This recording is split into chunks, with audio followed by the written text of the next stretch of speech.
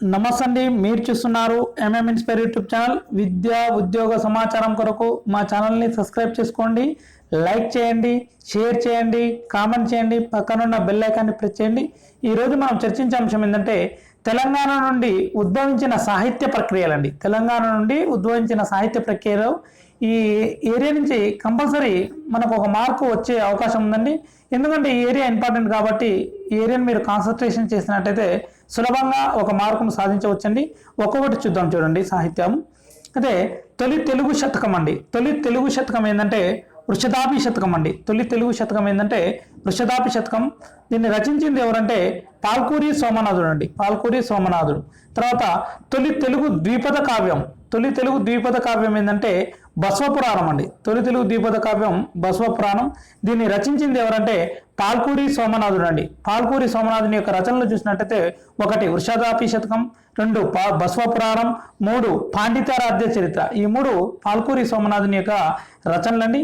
ఇకపోతే చూడండి, 3ది తొలి తెలుగు ద్విపద రామాయణం అండి. తొలి తెలుగు ద్విపద రామాయణం చూసుకున్నట్టయితే రంగనాథ రామాయణం అండి. తొలి తెలుగు ద్విపద రామాయణం రంగనాథ రామాయణం.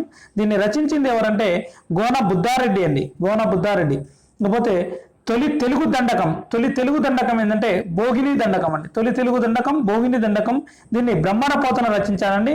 నారాయణ శతకం, శ్రీ ఆంధ్ర మహాభాగవతం, భోగిని దండకం. ఈ 3 రచనలు ఇతని బ్రహ్మరి పోతనయ్య అండి. ఈ 3 బ్రహ్మణ పోతనవి.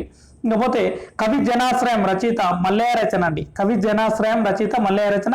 ఈ బిట్టు మనకు 2016 కానిస్టేబుల్ మెయిన్స్ లో రావడం జరిగిందండి. ఈ బిట్టు చాలా ఇంపార్టెంట్, గుర్తుంచుకోండి. కవి జనాశ్రయం రచయిత ఎవరంటే మల్లయ్య రచన అండి. 2016 కానిస్టేబుల్ మెయిన్స్ లో రావడం జరిగిందండి ఈ బిట్టు. పోతే తొలి తెలుగు యక్షగానం అండి. తొలి తెలుగు యక్షగానం ఏంటంటే సుగ్రీవ విజయం అండి. తొలి తెలుగు యక్షగానం ఏంటంటే సుగ్రీవ విజయం అండి. ఇది కందుకూరి రుద్రకవి అండి. దీన్ని రచించింది ఎవరంటే కందుకూరి రుద్రకవి అండి. ఈ బిట్టు మనకు 2016 కానిస్టేబుల్స్ మెయిన్స్ లో రావడం జరిగిందండి. తొలి తెలుగు యక్షగానం సుగ్రీవ విజయం. దీన్ని రచించింది కందుకూరి రుద్రకవి అండి. ఈ బిట్టు మనకు 2016 కానిస్టేబుల్ మెయిన్స్ లో రావడం జరిగిందండి. ఇకపోతే తొలి అచ్చ తెలుగు కావ్యం అండి. తొలి తెలుగు అచ్చతెనుగు కావ్యం ఏంటంటే యయాతి చరిత్ర అండి. తొలి అచ్చతెనుగు కావ్యం ఏంటంటే యయాతి చరిత్ర. దీన్ని రచించింది ఎవరంటే పొన్నగంటి తెలంగాణ ఆర్యుడు అండి. పొన్నగంటి తెలంగాణ ఆర్యుడు అండి. ఇకపోతే మార్కండేయ పురాణం అండి. మార్కండేయ పురాణం మారణ అండి. మార్కండేయ పురాణం రచించింది ఎవరంటే మారణ అండి. ఇకపోతే సకల నీతి సమ్మతం అండి. సకల నీతి సమ్మతము రచించింది ఎవరంటే మడికి సింగన అండి. సకల నీతి సమ్మతం మడికి సింగన అండి. ఇకపోతే ప్రతాపరుద్ర చరిత్ర. ప్రతాపరుద్ర చరిత్ర రచించింది ఎవరంటే ఏకంబ్రానాథుడు అండి. ప్రతాపరుద్ర చరిత్ర ఏకంబ్రానాథుడు అండి. అయితే మనకు ఇవన్నీ చరిత్రలు ఏంటంటే కంపల్సరీ మన జతపరచుల్లో అడగడం జరుగుతుంది.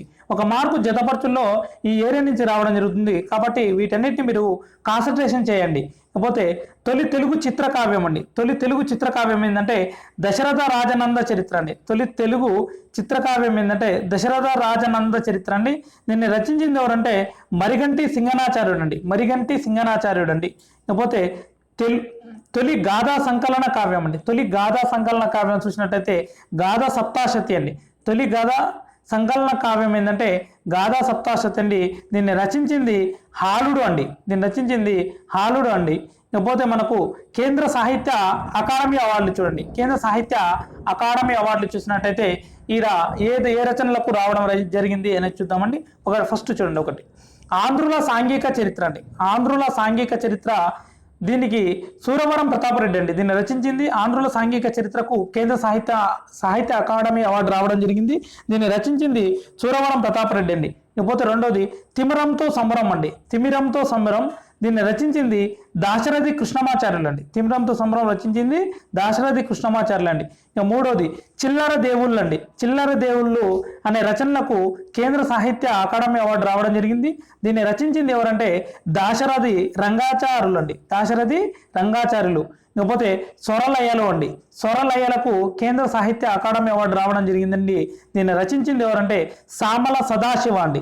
స్వరలయలను రచించింది సామల సదాశివ అండి. ఇకపోతే గేయ విప్లవ కవితలు అండి. గేయ విప్లవ కవితలకు కూడా కేంద్ర సాహిత్య అకాడమీ అవార్డు రావడం జరిగింది.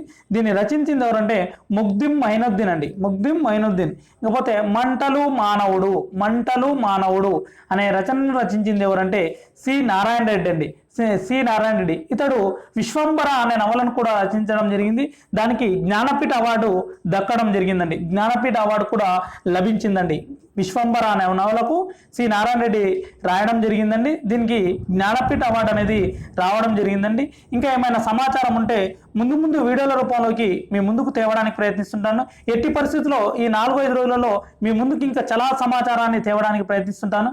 ఎవరైనా నా ఛానల్ని సబ్స్క్రైబ్ చేసుకునే వారు ఉన్నట్టయితే సబ్స్క్రైబ్ చేసుకోండి, లైక్ చేయండి, షేర్ చేయండి, కామెంట్ చేయండి, పక్కన ఉన్న బెల్ ఐకాన్ని ప్రెస్ చేయండి. Thank you for watching my videos.